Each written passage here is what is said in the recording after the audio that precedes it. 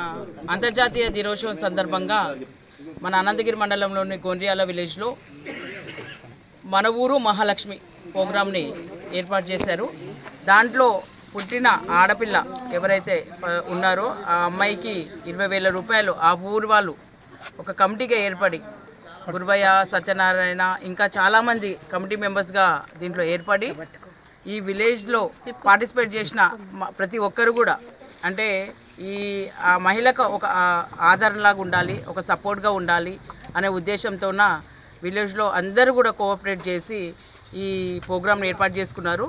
దానికి ప్రతి సంవత్సరం ఇదే విధంగా ఈ మహిళా సాధికారత జరిగే విధంగా మహిళకి ఆర్థిక భరోసా ఇస్తున్నారు.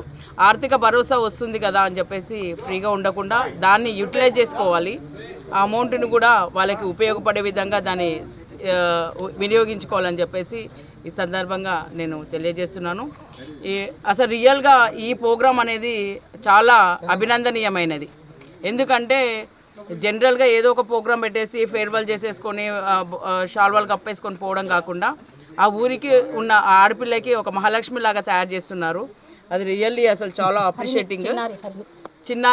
ఈరోజు చిన్నారి హరిణికి ఈ 20,000 రూపీస్ అమౌంట్ ఊరు తరపున ఇవ్వడం జరిగింది. ప్రతి సంవత్సరం కూడా ఇలాగే చేస్తారు దీన్ని. సో విలేజ్లో ఆడపిల్ల పుడితే అదృష్టవంతురాలని అర్థం. సో అంతర్జాతీయ మహిళా దినోత్సవం సందర్భంగా ఈ అవకాశం గోండియాల మహిళలకి దక్కింది. ఇదే విధంగా ప్రతి విలేజ్లో జరగాలని చెప్పేసి మన తెలంగాణ రాష్ట్రంలో భారతదేశం మొత్తం కూడా ఈ విధంగా ఉంటే వాళ్ళకు ఒక ఫైనాన్షియల్ సపోర్ట్ ఉంటుంది కాబట్టి హ్యాపీగా అమ్మాయి పుట్టిందనే ఫీలింగ్ లేకుండా చాలా వృద్ధిలోకి వస్తారు.